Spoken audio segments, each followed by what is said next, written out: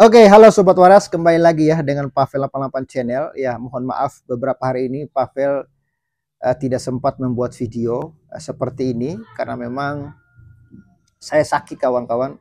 Sekitar 2-3 hari ini saya demam dan ya puji Tuhan ya, oleh kemurahan Tuhan hari ini bisa kembali agak sehat gitu dan akhirnya bisa membuat video.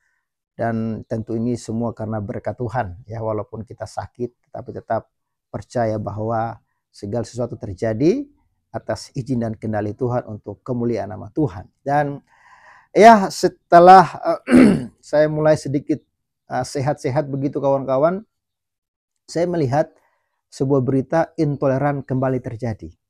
Dan kebetulan pelaku-pelaku intoleran ini juga beragama Islam. Ini kebetulan kawan-kawan ya. Ya, dan belum selesai yang di Cidahu. Lalu kembali lagi terjadi di Padang kemarin dan sempat itu ramai sekali dan sudah dikunjungi oleh Wapres Pak Gibran, langsung mengunjungi korban ya, memberikan trauma healing dan lain sebagainya. Belum selesai masalah di Cidahu, di Padang. Dan kebetulan ya pelakunya mereka juga kebetulan ya ber-KTP atau beragama Islam. Ini kembali lagi terjadi di Kediri ya, di Kediri dan menyasar gereja GKJW di kota Kediri. Dan kebetulan apakah ini kebetulan atau seperti apa? Pelakunya juga adalah beragama Islam. Nah, ini menarik. Ini serba kebetulan ini kawan-kawan. Dan saya nggak tahu ya, selalu yang melakukan intoleran ini kebetulan itu agamanya Islam. Saya jarang mendengar kalau yang agamanya Hindu, agamanya Buddha, itu kan melakukan persekusi, pelarangan pembangunan rumah ibadah Kristen atau melarang orang Kristen untuk beribadah. Jarang saya dengar, bahkan hampir tidak saya dengar gitu. Tapi yang sering terjadi, pelaku-pelaku intoleran ini kebetulan mereka itu beragama Islam. Apakah ini benar-benar kebetulan atau memang ini benar-benar adalah sebuah ajaran-ajakan begitu? Oke, terlepas dari kebetulan-kebetulan ini, mari kita fokus dulu kepada berita ini. Karena ini saya rasa bukan berita kebetulan ini ya. Jadi ini dimuat oleh akun Aan Ansori kawan-kawan. Nanti saya akan tunjukkan di layar. Dia mengatakan lagi-lagi intoleransi kali ini menyasar GKJW di kota Kediri. Nah, ini di Kediri kawan-kawan. Malang benar nasib ratusan jemaat GKJW Mojoroto kota Kediri. Pembangunan gerejanya dipaksa berhenti pemerintah kota. Alasannya tidak berizin. Nah, jadi yang memaksa untuk menghentikan ini adalah pemerintah kota. Dan pemerintah ini juga kebetulan orang Islam. Kebetulan agama Islam. Ya, ini serba kebetulan ini kawan-kawan. Jadi alasannya tidak berizin. Padahal mereka telah mengantongi dukungan 65 warga sekitar dan 200-an warga jemaat. Bayangkan jemaatnya itu ada 200-an loh kawan-kawan. Ya. Setelah peristiwa Cidahu dan Padang, aksi intoleransi memalukan kembali terjadi tak tanggung-tanggung.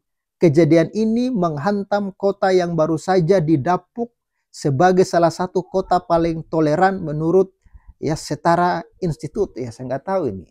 Setara Institut ini bagaimana dia bisa mendapatkan data bahwa kota ini menjadi kota yang paling toleran begitu ya. Komunitas Kristen Jawa di wilayah Mojoroto telah lama ada sebelum kemerdekaan. Bayangkan ya. Ini orang-orang Kristen ini sudah ada sebelum Indonesia merdeka gitu ya. Dulunya bernama kelompok rukun warga KRW Abraham. Sebelum akhirnya menjadi GKJW gitu kawan-kawan.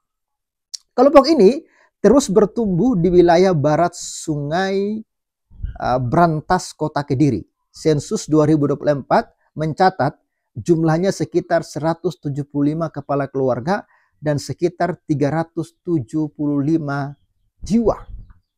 Banyak ya.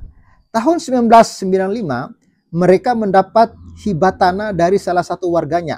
Terletak di jalan lintasan Gang 4 nomor 9 RT 17 RW 05 Kota Kediri.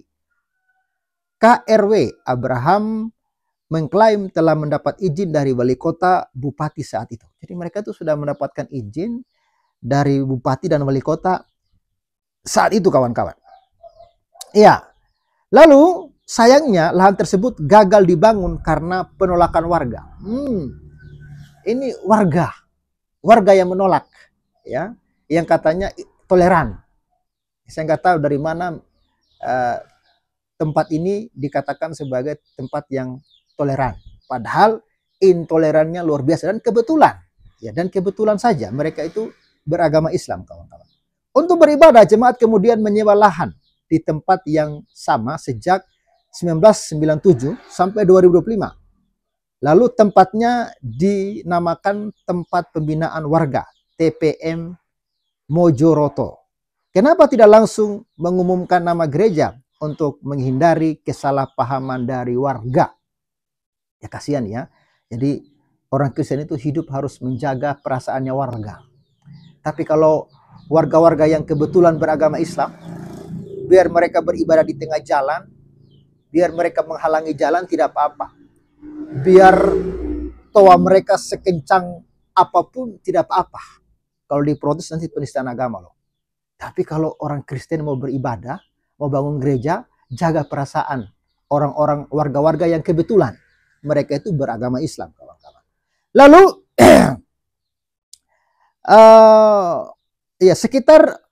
untuk menghindari kesalahpahaman dari warga, sekitar Mei 2024, TPM Mojoroto membentuk panitia pembangunan gereja, termasuk mengurus izinnya. Persyaratannya harus mengantongi dukungan 60 warga sekitar dan 90 warga gereja. Kamu sudah dapat beberapa tanda tangan? Tanyaku pada pendeta Puput. 65 warga sekitar dan lebih dari 200-an warga jemaat, Gus. Ada tanda tangan RT dan kelurahan juga. Ia menimpali sembari mengirimkan foto berkas-berkas. Nanti kita akan tunjukkan kepada kawan-kawan sekalian foto-foto berkasnya ya, nanti di video ini. Lalu panitia kemudian mengajukan izin ke FKUB. Tidak mulus. Di sisi lain ada beberapa aktor luar RT yang menggalang dukungan warga untuk menolak pembangunan gereja. Jadi dari RT sebelah ya, yang kebetulan juga mereka itu beragama Islam, kawan-kawan. Mediasi beberapa kali dilakukan dengan melibatkan pemerintah kota, FKUB, dan tokoh-tokoh agama setempat. Beberapa aktor menuntut agar tanda tangan yang telah dikumpulkan panitia pembangunan dianggap tidak sah. Harus mulai lagi dari nol. Ini kan gila nih, kawan-kawan ya. Orang sudah susah payah kumpul tanda tangan, sudah terkumpul, disuruh dibatalin lagi. Banyak kali alasannya. Ibadah nanti di rumah katanya nggak ada izin. Ibadah di hotel nggak ada izin, nggak boleh. Ya kan? Oke. Kita urus izin, kita bangun gereja. Udah ada surat izinnya, disuruh dibatalin lagi. Ini benar-benar penjajahan dilakukan oleh orang-orang intoleran ini yang kebetulan mereka ini beragama Islam, kawan-kawan. Ya, puncak dari upaya penghentian tersebut dilakukan Minggu 27 Juli 2025. Bertempat di rumah Ketua RT 17. Panitia pembangunan dihakimi massa.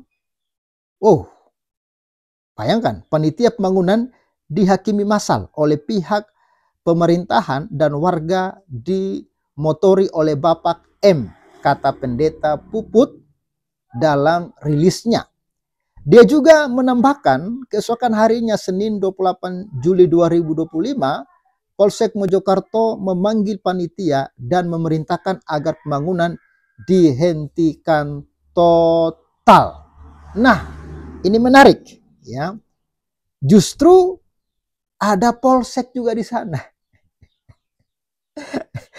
Ya, jadi keesokan harinya Senin 28 Juli, Polsek Mojoroto, polsek, polisi.